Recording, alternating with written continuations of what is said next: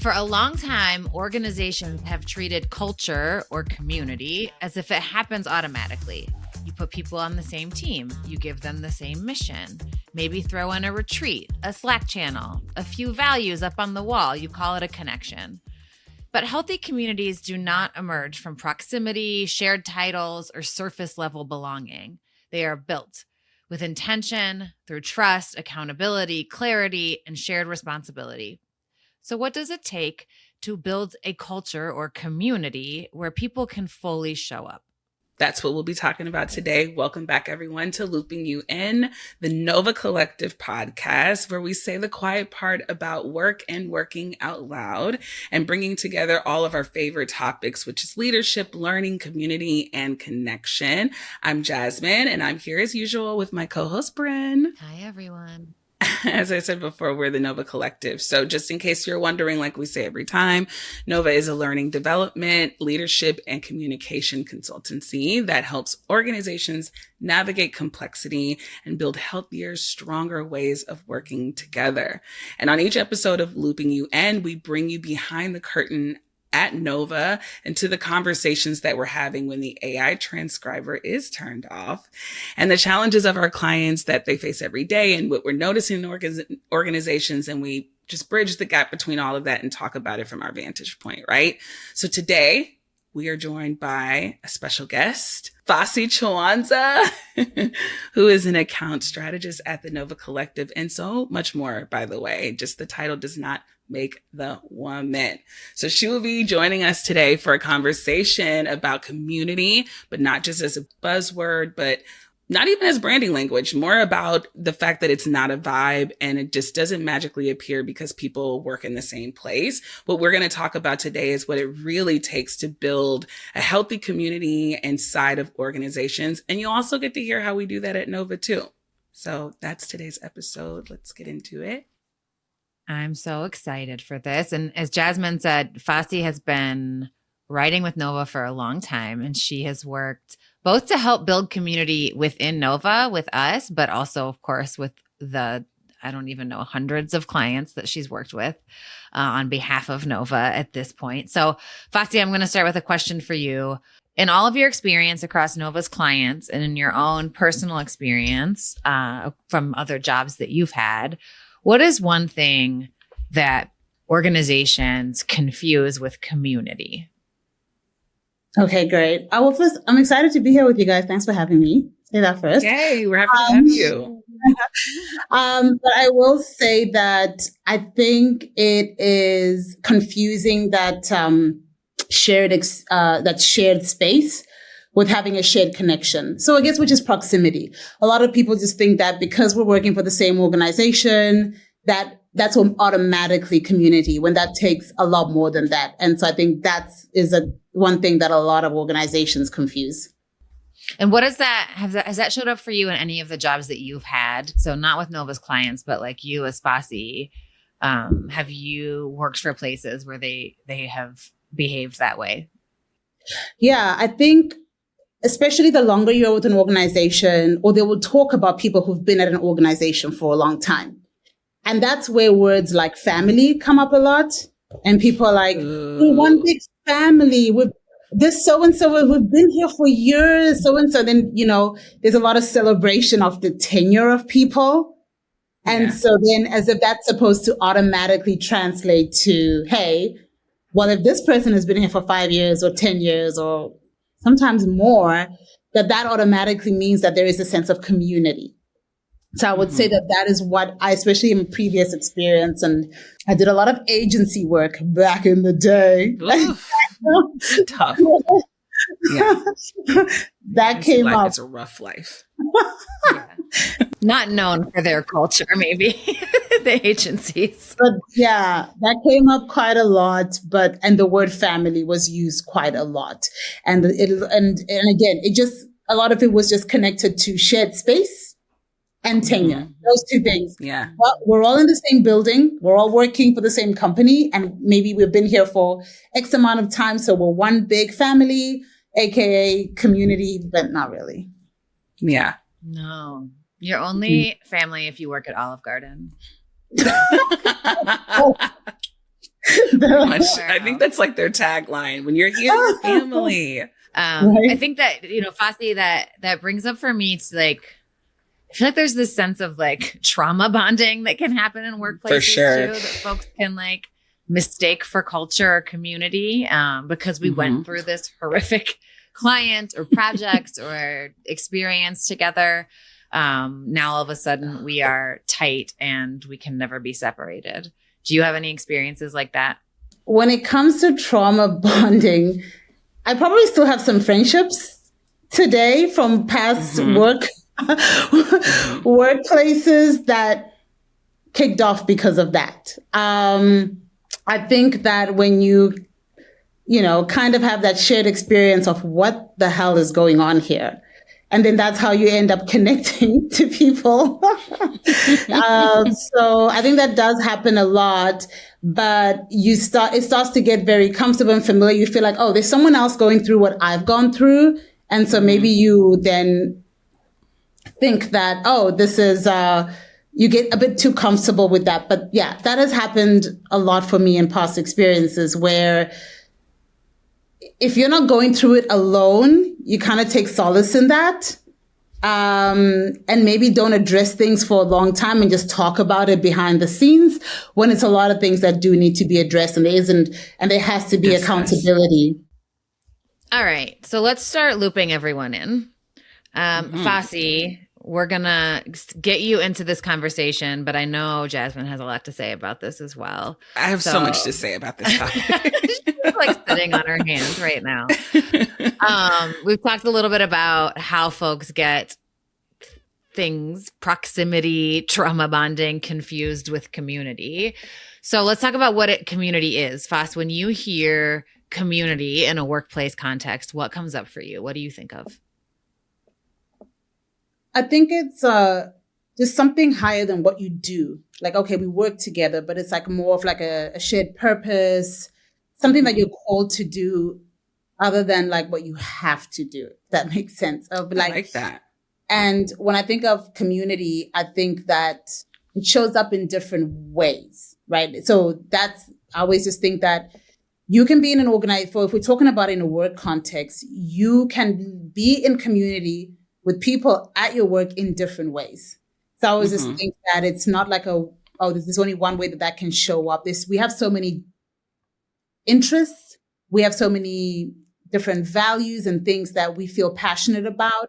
And I always think about community being sort of the space that allows you to find the different ways that you can be in community with people, that it isn't just one way. It isn't just about the work that you do. It's the things you care about, the things that make you light up, the things that you are excited about. And and then you find a way to connect with people, that is community. And it's not always that, oh, we're both working marketing, so we're in community. No, you're not. Right. We just so maybe you are. The same thing. But I like that definition of it, because I think that it's important to define what community is, because otherwise people will use it as an alternative word for family, and it's not.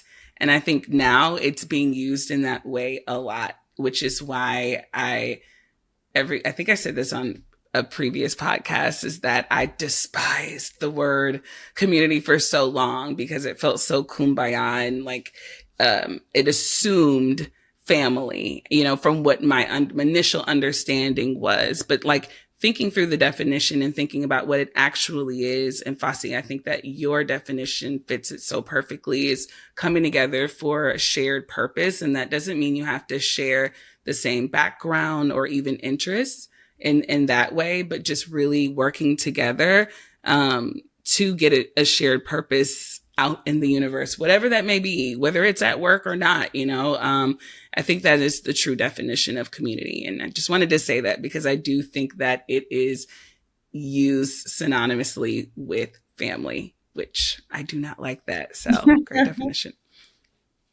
Well, tell me your opinions on this. If organizations or companies are using family and community interchangeably, why? Like, what do they think they get? Even when they're saying family, they're saying, we're all family here.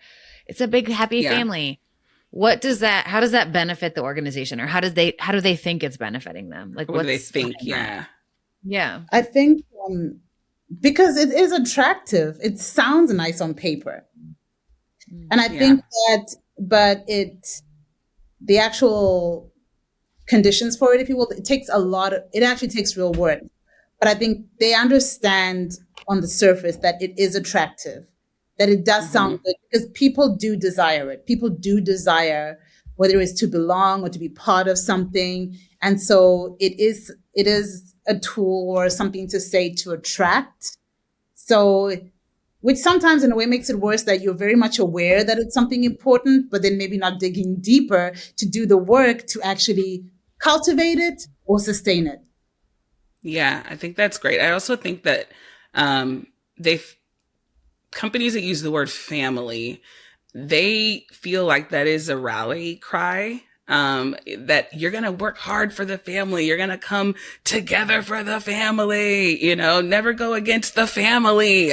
And so it's used to me as a tool to get people to lock in and be loyal to something, because that is an element of family, loyalty, at least in mine, and so that is something that is used as a tool to keep people in a space where there's this assumed loyalty that they have to have to an organization that 9 times out of 10 does not carry the same level of loyalty to them. And so that's why I think that it's such a slippery slope using family.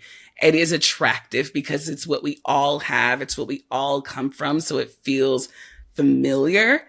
And it feels like the right thing to say, but it's really a very dangerous tool. And then to go a step further, again, back to my earlier point, saying, okay, never mind community, and that's why I'm like, it has to be defined, because if it's not, then we're back at square one. So yeah, that's what I think they're getting from that. This is the rallying cry. This is the loyalty lock-in, so to speak, by we're a family here. And that is BS. Although if you really think about it, if people are just living in the world, you would think they would actually stay away from that language. Like, we know by now that that's not the default. Families are mostly toxic. Yeah. I'm like, we've seen right. This movie. We've seen this reality TV show. So based on that, yes, should we not be staying away from that? Yeah, actually, we'd better off be friends, chosen situations, right? Than family. That's a whole other episode. The family is like toxic and loaded. So then we hear, certainly at Nova, we've heard plenty about culture, right? And how they're looking for better culture and they want the culture to improve. And what is the difference between culture and community? I would say culture is, for me, and whoever's listening to this, please don't start Googling, be like, she's wrong. I don't know the exact definition. I'll just speak for me. But I think where they differ is that culture is more shared backgrounds, or like more shared ideologies. Like, we're more on accord. Like, when we talked about community, we're like people coming from different ways of thinking in this, and to, build a community and further it along. But a culture, to me, is like, we have similarities more so in a way that we're pushing things forward, or that it just is because we have a similar way about us or a similar ideology. And that's culture to me. And the community is like all of us coming together from all these different ideologies in different ways, but we're having a shared purpose, if that makes sense. Mm-hmm.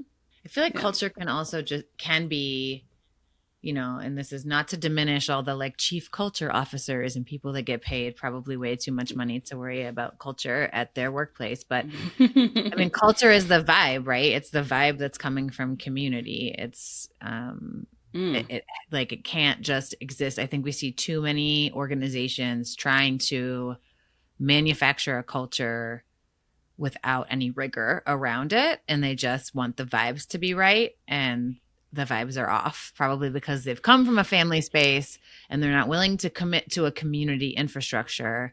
And so, for a long time we were trying to to give the people ping pong tables and free beer happy hours, right? And that pizza on Fridays. Have some pizza. Yeah. And this is our culture. Wacky Yeah. Wednesdays or casual Fridays. I don't know anyone that did Wacky Wednesdays. I wish they would. We're gonna start doing that at Nova. And that's like, again, the vibes can be fine, but that is not a true, like, culture isn't really developed unless you have community going on behind the scenes. I agree with that. I guess to say that, like, community to me is not just about, like, as Facie said, the proximity. Community is not just about being together. It's about how people are intentionally behaving around one another and the tenets and protocols of the framework that hold them together that then creates the community. So again, it is not just vibes. It is not just we respect one another, so we behave a certain kind of way, but there's actual intention behind how we set up the framework of our community, how we engage with one another, those rules of engagement, how the protocols and policies and practices play out. Those are the things that create a strong knit community where your culture can come from. You'll never be family unless you work in a family-owned business, in which case, and that's also family. You are already family. So yeah, you're really family there. Yeah, or at Olive Garden. Like, I love what Brynne is saying, because it's that foundation, right? It's setting, what you're talking about is that it's not just happenstance. Like, you're not just expecting things to happen because you feel the vibes are right.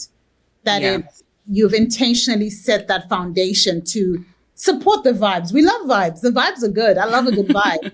But the foundation needs to be set first to then support that vibe.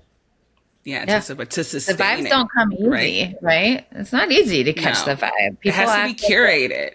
And so with that being said, like, what do you think tends to break first when a workplace community is more performative than real?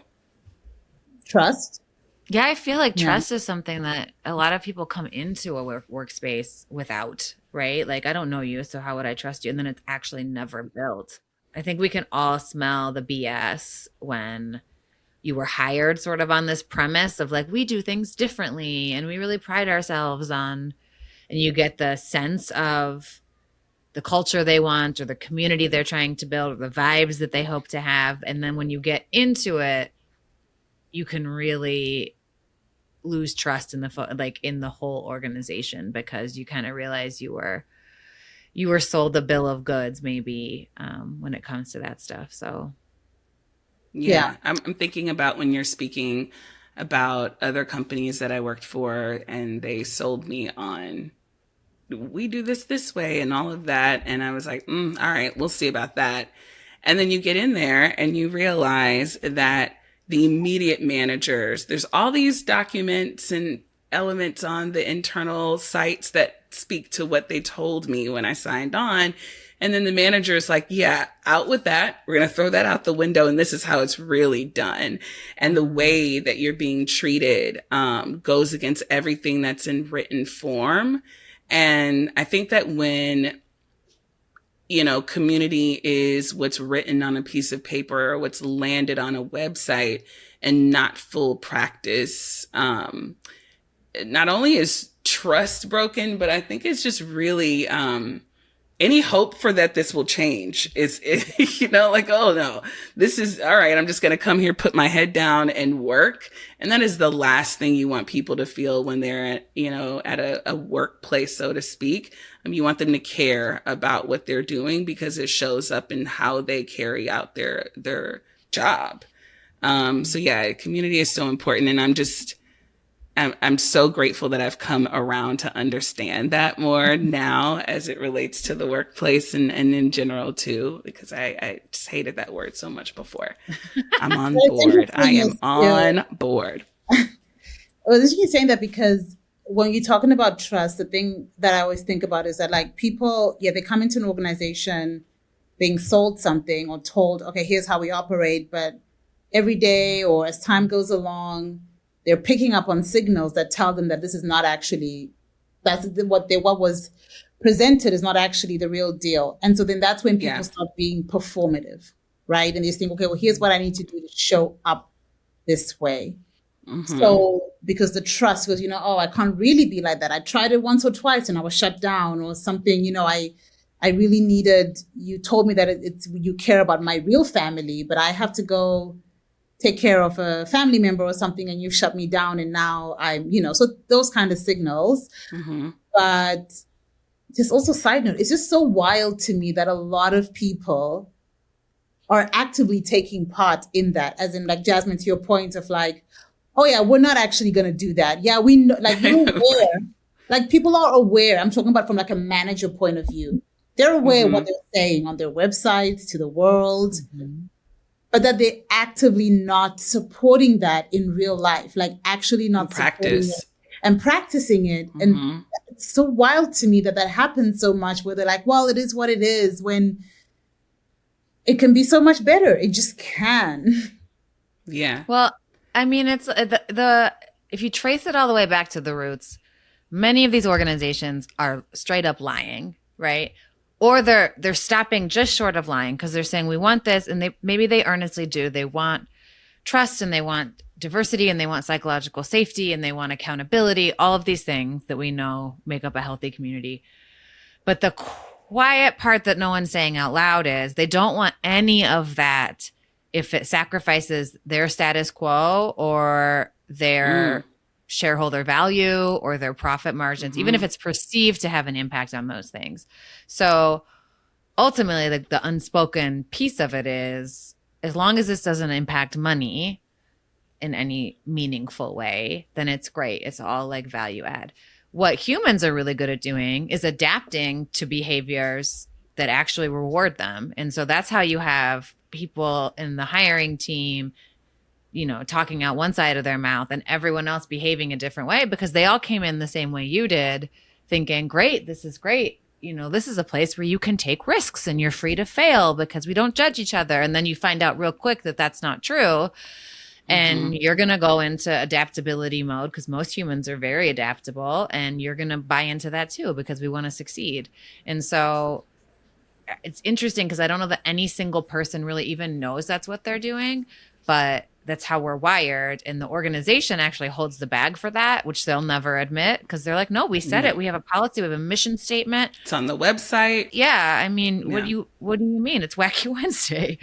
But we're not getting to the place where like, oh, this mistake costs money. So you're free to fail except for this, costs money. And again, I could argue that things aren't that binary, that, something that might cost money in one context is actually broadening your innovation. And, there's a lot of like intangible upside to certain ways of acting. But, I think a lot of organizations at the foundation, from the top leadership or however they're governed from the board, are setting everyone up to fail when they put this out there with no actual intention of living into it.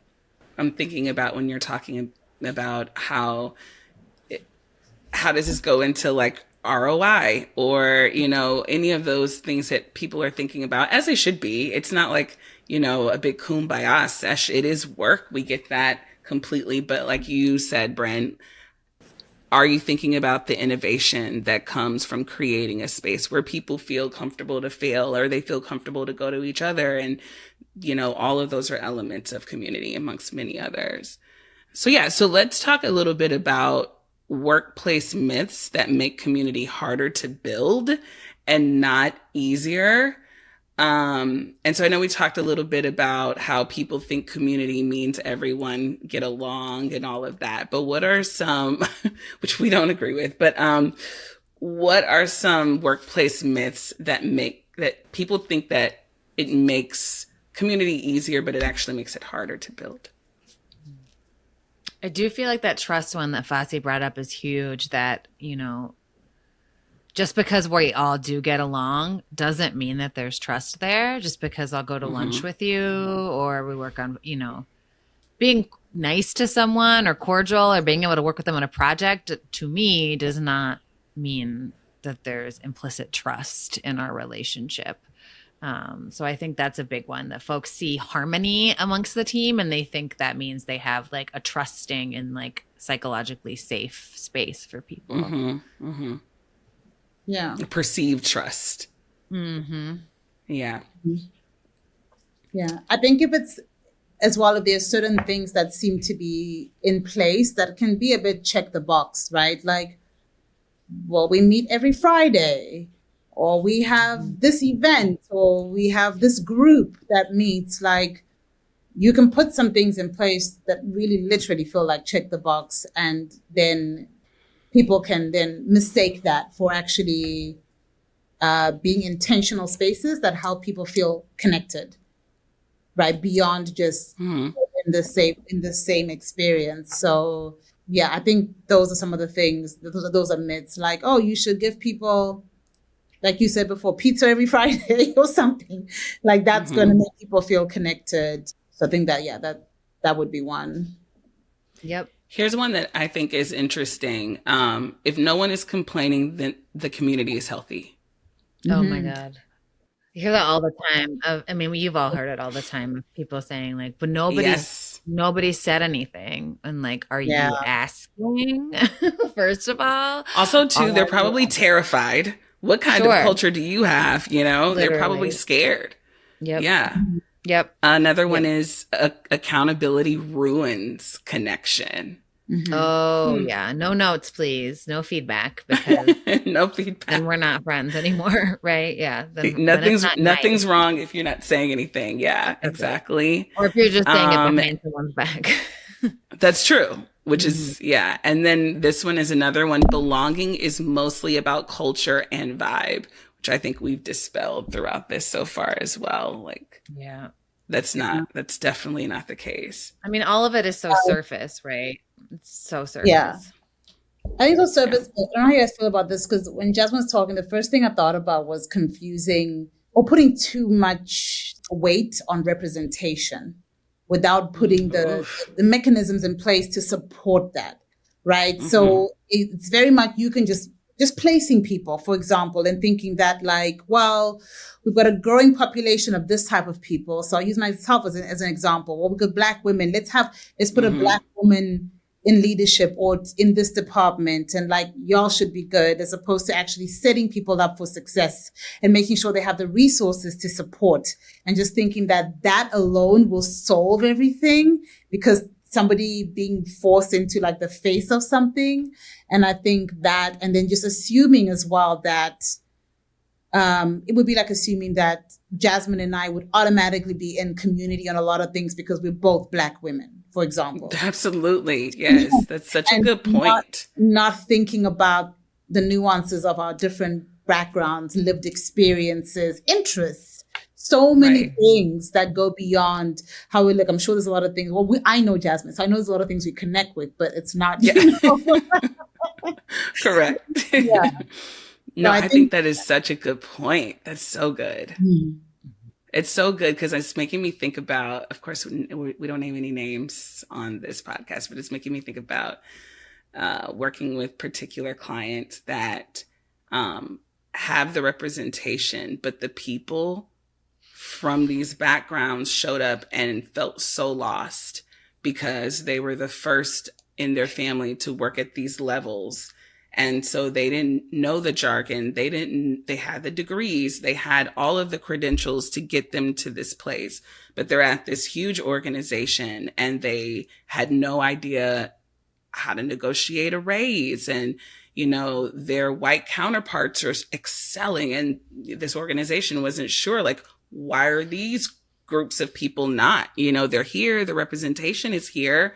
So what's the problem? And not even having, you know, yeah, they're not complaining, you know? So what is the issue? And to just have Facie, to your point, having that representation, but not even understanding what it means to have this representation here and what is needed to keep them here. All of these are elements when you start thinking about building a stronger community at your organization. Yeah. And when we talk about belonging and all of those things, that all envelopes itself into that. And many organizations don't think through it because they are, to your point, Facie, checking a box. Right. I think, So yeah. to your point, it's not negating any of those things, just to be clear, because representation does matter. But I think it's about going a step further, right? So it's the same thing when we talk about building community. Everything that we're saying, I feel, is about not just sort of setting up something like, oh, I've created this group, and then just assuming that things are going to go a certain way. It's about taking that next step, right? To say, okay, great. We've got maybe representation, but like how else, what's the next step further to support, to help people feel, like they have access to the right resources and set them up for success. So all those things work together. Jasmine, take us into more of the thing. We've talked a lot about what community is not, right? And how folks are trying to fake it. Talk more about like what healthy community actually, the framework really is. Oh, wow.